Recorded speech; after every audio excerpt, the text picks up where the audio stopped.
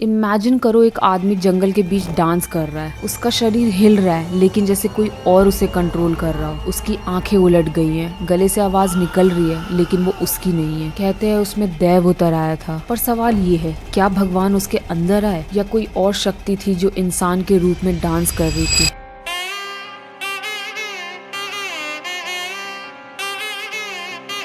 Film Kantara ने इस tradition को स्क्रीन पर जिंदा करा था और शायद तुमने भी ये मूवी देखते हुए सोचा होगा, ये पंजूली और गुलीगा कौन है, इनकी हिस्ट्री क्या है। मुझे भी ये सवाल तभी आया था और जब मैंने इस पे रिसर्च करी तब मुझे समझ आया कि जिसे हम सिर्फ एंटरटेनमेंट मूवी समझ रहे हैं उसका कनेक्शन भगवान शिव, पार्वती और विष्णु तक जाता है। आज हम इसी कहानी को समझेंगे और इसका सफर शुरू होता है जंगल के प्रोटेक्टर से, द प्रोटेक्टर ऑफ फॉरेस्ट, पंजूली।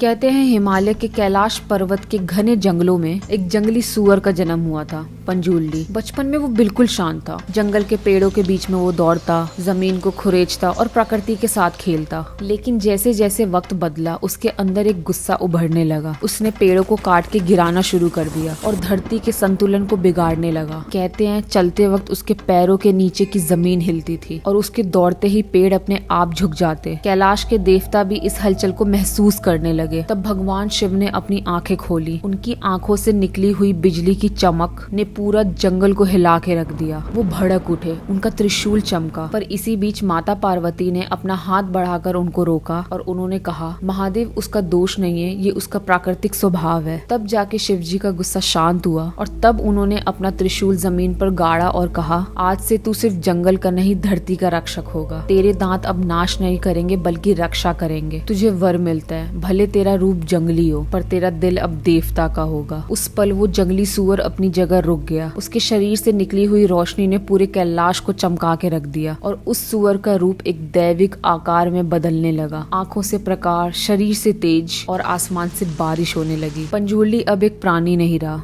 वो बन गया एक देवा, द प्रोटेक्टर ऑफ फॉरेस्ट। कहते हैं जब भी फसल पर किसी तरह की परेशानी आती है, चाहे बारिश ना हो या फसल सूख जाए, तो लोग पंजूली के मंदिर जाके उससे प्रार्थना करते हैं। वो धान, नारियल और लड्डू का भोग लगाते हैं और मानते हैं कि पंजूली की पूजा करने से उनके खेतों और गाँव में दोनों पर शांति और समृद्धि बरस जाती है। पंजूली के भक्त मानते हैं कि वो सिर्फ एक देवता नहीं है, वो एक प्रोटेक्टर है, धरती और जंगल के रखवाले। जब हवा तेज चलती है और पौधे झुक जाते हैं तो लोग कहते हैं देव हमारे बीच है। आज भी तुलुनाडु के हर छोटे गांव में जब भोता कोला होता है, लोग सिर झुकाकर खड़े हो जाते हैं क्योंकि उनके लिए ये सब सिर्फ रिचुअल नहीं है, एक ऐसी पहचान है जो उन्हें प्रकृति से जोड़ती है। पर पंजूली सिर्फ रक्षा नहीं करता, वो न्याय भी देता है। कहते हैं जो भी पंजूली की आंखों में देखता है वो सच छुपा ही नहीं सकता। उसकी नजर के सामने झूठ जल जाता है और पाप छुप नहीं पाता। एक बार तुलुनाडा के राजा ने अपने ही लोगों की जमीन छीनने की कोशिश की थी। उसने पंजूली की पूजा का मजाक भी उड़ाया था और लोगों की आस्था का अपमान करा था। और फिर आई वो रात, भूता कोला की रात। मशालें जल रही थी, ढोल बज रहे थे और सबके सामने पंजूली देव प्रकट हुए। उसके शरीर में आग थी,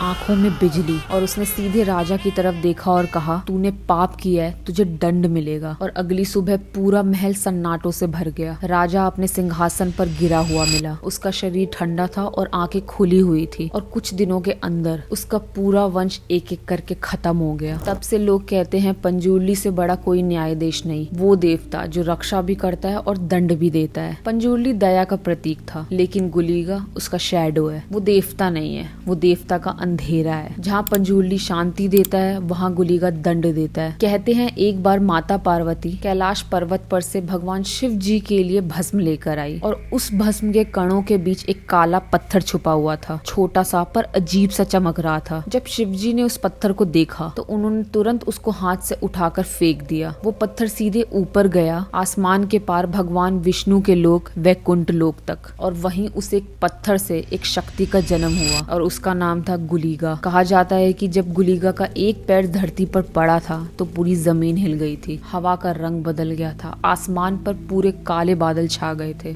पंजूली प्रकृति का रक्षक था लेकिन गुलीगा प्रकृति का दंड था, वो शक्ति जो इंसान की सीमा सीमा को तोड़ने पर सजा देती है। गुलीगा भूखा था, लेकिन ये भूख खाने की नहीं थी, ये थी अंदर की भूख। जैसे वो पानी पीने लगा, उसने तालाब का सारा पानी खत्म कर दिया था। उसने कई जानवरों का खून पिया था, इतना कि जमीन का रंग लाल पड़ गया था। हवा में एक अजीब सी गर्म स्मेल रहती थी, जैसे प्रकृति खुद डर गई हो। भगवान विष्णु ने जब देखा कि गुलीगा रुकने वाला नहीं है, तो उन्होंने उसको शांत करने के लिए अपनी एक उंगली दे दी। उस उंगली से निकलती तेज रोशनी ने गुलीगा के अंदर के अग्नि को कुछ देर के लिए शांत कर दिया। और तब से ही जब भी गुलीगा की पूजा होती है, वहाँ फूल या फल नहीं चढ़ाए जाते, वहाँ दी जाती है बलि, एक जानवर की बलि। कहते हैं वो बलि गुलीगा की भूख को शांत करता है और उसके गुस्से को दूर रखता है। पर ये भी सच है, अगर कोई गलती हो जाए, अगर एक भी मंत्र छूट जाए, तो गुलीगा का गुस्सा पूरे गांव पर टूट पड़ता है। अब आप इमेजिन करो, आप उस गांव में हो जहां ये रिचुअल परफॉर्म हो रहा है। रात का समय है, हवा में धूप और मिट्टी की खुशबू है। गाँव के बीच एक छोटा सा मंडप सजा है। मशालों की रोशनी सिर्फ आधा चेहरा दिखाती है। पीछे से ढोल और नगाड़ों की आवाज गूंजती है। एक पुजारी आगे बढ़ता है, उसके हाथ कांप रहे हैं, सांसें तेज हो रही हैं। वो अपने सिर पर मास्क पहनता है, गुलीगा का मास्क, लाल और काला। आंखें उलट जाती हैं, सांसें गर्म हो जाती हैं, और फिर जैसे कोई उसके और अंदर आ गया हो। अब वो पुजारी नहीं रहा, वो देवता है। उसके हर एक स्टेप के साथ जमीन हिलती है, हर एक चीख के साथ हवा भर जाती है। लोग झुके हुए हैं, कुछ डर से, कुछ श्रद्धा से। आग के ऊपर से गिरी हुई रोशनी उसके चेहरे पर गिर रही है। किसी के आंसू चमक रहे हैं, किसी के हाथ कांप रहे हैं। ये पूजा डरावनी भी है और पवित्र भी, क्योंकि इस रात भगवान और इंसान एक ही देह में एक साथ होते हैं। भूताकोला के दौरान जब ड्रम की आवाज धीमी पड़ जाती है, गांव वाले एक एक करके देवता के सामने आते हैं। किसी के पास जमीन का झगड़ा है, किसी ने झूठ बोला है, किसी ने किसी का हक छीना है। और यहाँ ये कोई आम जगह नहीं होती, ये कोर्ट रूम है, बट बिना जज, बिना पेपर, बिना पेन के। यहाँ फैसला करता है खुद देवता। जब देवता पुजारी के शरीर में आते हैं, उसकी आंखें जलती हुई अंगारों से चमकने लगती है, उसका शरीर कांपने लगता है, लेकिन आवाज बिल्कुल साफ। और वो एक इंसान के दिल में छुपा हुआ सच देख लेता है। कहते हैं कि अगर तुम उसकी आंखों में देखो तो अपना झूठ कभी छुपा नहीं सकते। लोग रो पड़ते हैं, हाथ जोड़कर अपनी गलती मानते हैं, और देवता अपना फैसला सुनाते हैं, बिना क्रोध के, बिना दया के, बस सच के आधार पर। मॉडर्न साइंस कहता है कि जब कोई देवता किसी इंसान के शरीर में आता है, तो वो पोजेशन नहीं होता, बल्कि एक ऑल्टर्ड स्टेट ऑफ कॉन्शियसनेस होता है। दिमाग के सिग्नल इतने पावरफुल हो जाते हैं कि वो मसल्स को कंट्रोल कर लेते हैं, और इंसान एक अलग पर्सनैलिटी में चला जाता है। लेकिन तुलुनगाड़ू के लोगों के लिए ये कोई मेडिकल कंडीशन नहीं है। उनके लिए ये भक्ति है, न्याय है, एक जरिया है भगवान से बात करने का। साइंस शायद इसे न्यूरो या इम्पल्सिस कहता हो, लेकिन उनके लिए ये देवता का आगमन है। और सच ये है, चाहे इसे तुम साइकोलॉजी कहो या भक्ति, इस रिचुअल के अंदर एक अजीब सी शांति छुपी है, जो सिर्फ वही महसूस कर सकता है जो उसके सामने खड़ा हो। आज भी भूताकोला की इम्पोर्टेंस कम नहीं हुई है। जिस जंगल में सिर्फ ढोल और नगाड़ों की आवाजें गूंजती थी, आज वही आवाज दुनिया भर में सुनाई देती है। 2024 में यूनेस्को ने इस परंपरा को इंटेंजिबल कल्चरल हेरिटेज के रूप में रिकॉग्नाइज किया है। मतलब दुनिया ने माना है कि ये सिर्फ बिलीफ नहीं है, ये एक लिविंग हेरिटेज है। ये उन लोगों की विरासत है जिन्हें दुनिया कभी समझ नहीं पाएगी, लेकिन उन्होंने अपनी आस्था, अपनी मिट्टी और अपने देवता को कभी छोड़ा नहीं। और शायद इसलिए जब रात होती है और ढोल बजते हैं, तो तुलुंगाड़ू के गाँव में आज भी देवता आते हैं। और लोग सिर्फ प्रार्थना ही नहीं करते, उनके सामने सच भी बोलते हैं। कभी कभी ना सच और अंधविश्वास के बीच में एक लकीर होती है, और कंतारा उसी लकीर को तोड़ देता है। ये सिर्फ कहानी नहीं है,